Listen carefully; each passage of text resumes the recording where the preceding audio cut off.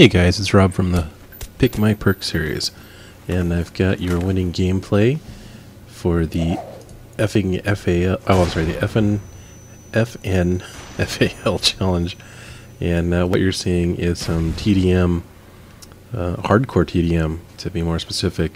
Differences are there's no limited HUD, you don't get to mini-map 100% of the time, and one of the most important characteristics is that the damage that a person can take in hardcore mode is about 30% of what it is in regular gameplay. And the only reason that's important, and that's probably one of the reasons that I picked a hardcore gameplay, was that it actually makes the damage profile of a suppressed FAL usable. If you tried this in a regular match like I did, you know that your success would be based on your connection, as well as how many rounds you put into the guy at what level, like from torso up, because the suppressor, it increases the amount of shots that you have to put into a guy. So this is some gameplay on Hazard, which is decent for this gun because it does have a decently long range. Close quarter combat with this gun is a nightmare. You really have to hip fire, and even then it's not a very pretty sight. So so I tried to fast forward through all the time frames where you're waiting to respawn, because part of hardcore team deathmatch is that you don't respawn as soon as you die. What is that guy just doing there, laying on the ground? I don't get what that guy was doing there.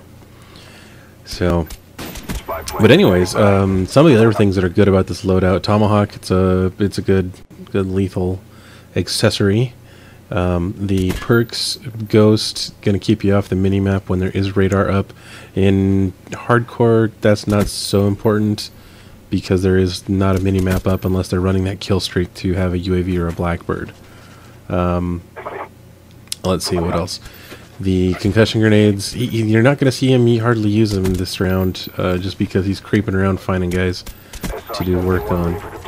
He does get his Blackbird there, which is great. I only saw a handful where guys got dogs, and that's okay. I'm not gonna fault anybody for that. It's a tough thing to do when you're running something like this class.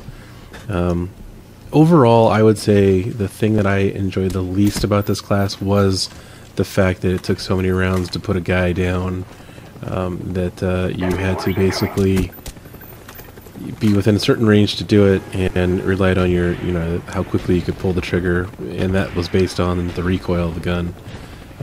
It wasn't, I don't know, it was tough, let's just put it that way. It was a tough class to master. I did get it to the point where I was going positive on all my matches, and did enjoy that. So, but yeah, it's not an easy class. You guys picked one that was a little, dare I say, trollish, but it was definitely a challenge. So I appreciate you guys coming out and forced to vote on this one. This gameplay is from Omnipotent Internets, and you'll see a link to his channel down below. I tried to be a little crafty with the editing. I hope that looks okay. If you like that, let me know. We'll incorporate some of this style of editing in the future. But yeah, no, it was a good class. I enjoyed it.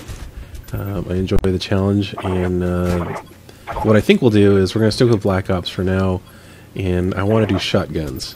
So there's a link in the description for the poll, which is already up and ready to be receiving votes. So feel free to get after it. Check out Omnipotent Internet's gameplay and his channel down below.